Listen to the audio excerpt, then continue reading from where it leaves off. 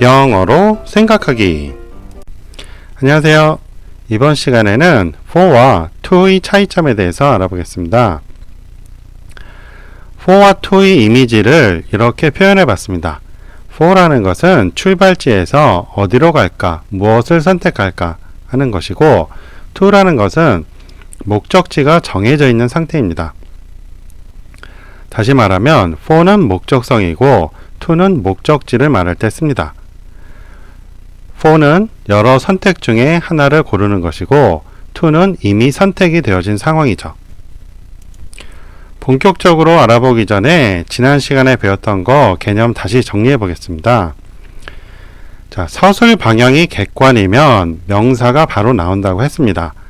그리고 서술 방향이 주관이면 방향을 객관화하기 위해서 for 같은 것이 온다고 그랬죠.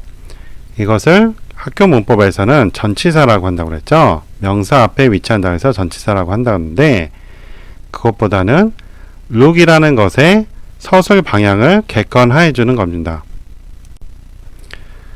전화 거는 상황인데요. Jennifer is calling her boyfriend. 전화를 할 때는 상대방 목소리가 전화기에서 나오죠. 방향이 정해져 있어요. 그래서 아무것도 쓰지 않는 겁니다. 전화가 나오기 이전에는 전부 다 소리쳐서 불렀죠. 그렇다면 그 소리가 어디로 갈까요? 방향이 필요하죠. 그래서 옛날식으로 소리쳐서 부르는 거에는 방향을 씁니다. 자, 네이버 영어 사전인데요. call for로 검색을 해봤어요. 그랬더니 call for somebody 하면 누구를 데리러 가다 라고 돼 있어요. 또는 데리러 오다 라고 돼 있죠. I'll call for you at 7 o'clock. 발음 들어보세요.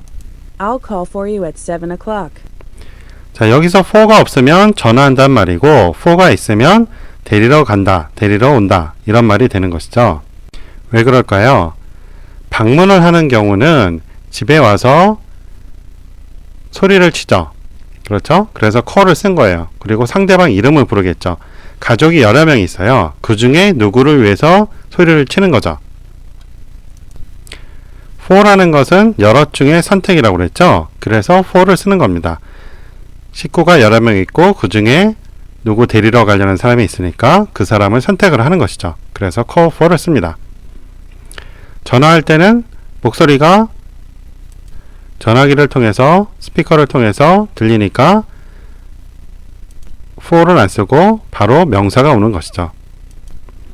이 외에도 해석이 여러 가지가 있어요. 무엇을 필요로 하다, 큰 소리로 부르다, 물건 따위를 가져오게 하다 등 여러 가지가 있는데 전부 다 그런 이미지를 가지고 있습니다. 우리말로 해석할 때 해석이 바뀌는 것 뿐이죠. 이번에는 call to를 찾아봤어요. 그랬더니 누구에게 큰 소리로 말하다, 외치다 라고 되어 있죠.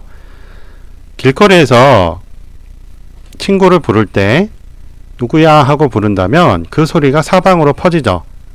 그런데 내가 원하는 사람한테 말을 하니까 to를 쓰는 겁니다. 이와 같이 전화기가 나오기 전에는 call to나 call for 같은 것을 쓰는 게 일반적이었어요. 전화가 나오면서 방향 지시를 없앴죠.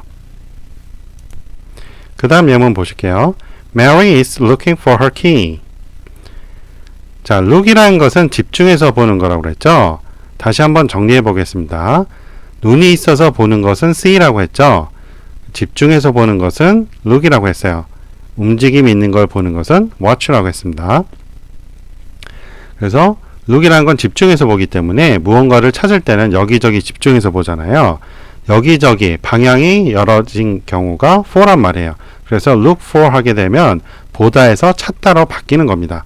이거를 수거라고 암기하라고 하는데 상황을 그려놓고 보면 왜 look이라는 보다가 look for가 됐을 때 찾다가 되는지 이해를 할 수가 있는 것이죠. 그래서 제가 항상 말하지만 영어에는 수거라는 게 없어요.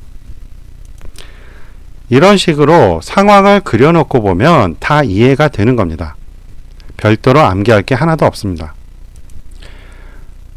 for와 to가 목적성이냐 목적지이냐의 차이가 있기 때문에 서로 짝을 이루는 서술어들이 있습니다. 예문을 통해서 보시죠. Tom bought flowers for Juliet.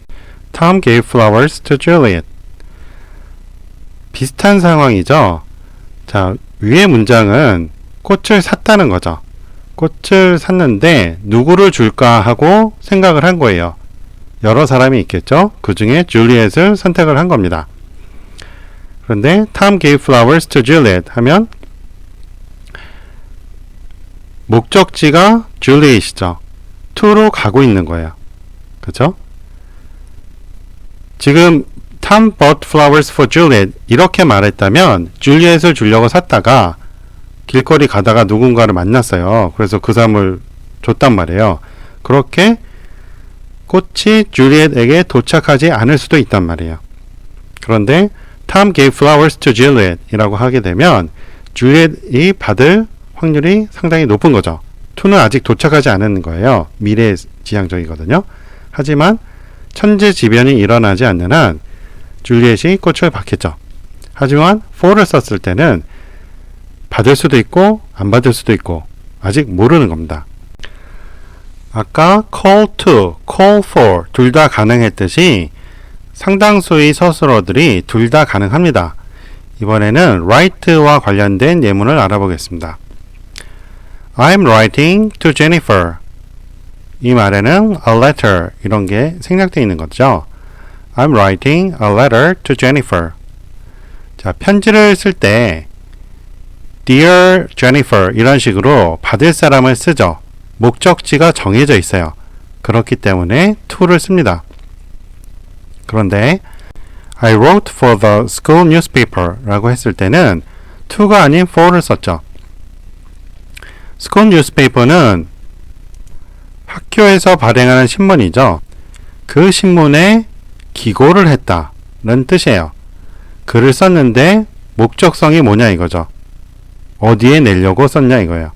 책을 내기 위해서, 시집을 내기 위해서, 누구한테 편지를 쓰기 위해서, 또는 기록을 남기기 위해서, 또는 지금처럼 신문에 기고를 하기 위해서 목적성이 있겠죠. 그런 목적성을 나타낼 때 for를 쓰는 겁니다. I'm writing a letter. 여기까지만 보면 방향지시가 없죠. 전치사가 없어요. 왜 그래요? 연필 또는 펜의 방향이 letter, 편지지 종이 위로 바로 향하고 있죠. 방향이 정해져 있기 때문에 아무것도 쓰지 않는 거예요. 자, 지금 이 상황처럼 펜을 가지고 종이 위에 바로 씁니다. 그래서 write에는 방향이 정해져 있기 때문에 아무것도 쓰지 않아요. 펜을 가지고 종이가 아닌 허공에 휘두른다면 그것은 쓰는 게 아니겠죠. 그렇기 때문에 방향이 정해져 있어서 방향 지시사를 쓰지 않죠. 하지만 그렇게 쓴 편지가 누구한테 갈지는 목적지가 정해져 있죠. 그렇기 때문에 to를 쓰는 것이죠.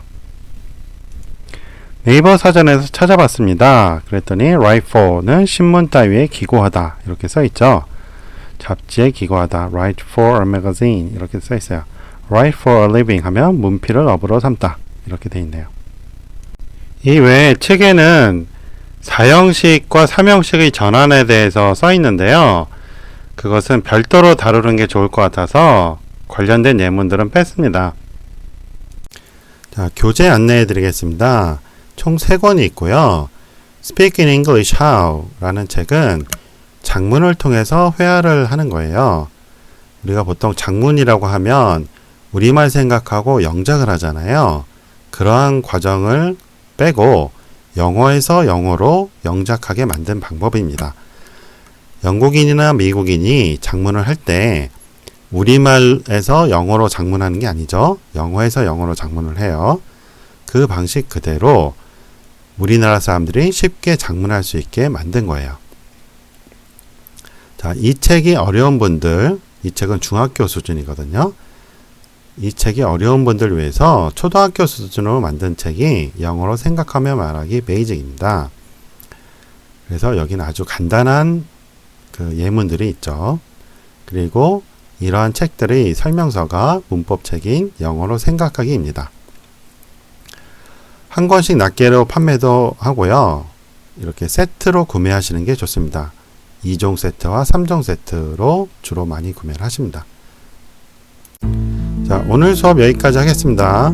도움이 되셨으면 좋아요 눌러주시고 혹시 광고 나오면 끝까지 시청해 주시면 이 동영상 강의 제작에 도움이 됩니다. 고맙습니다. 안녕히 계세요.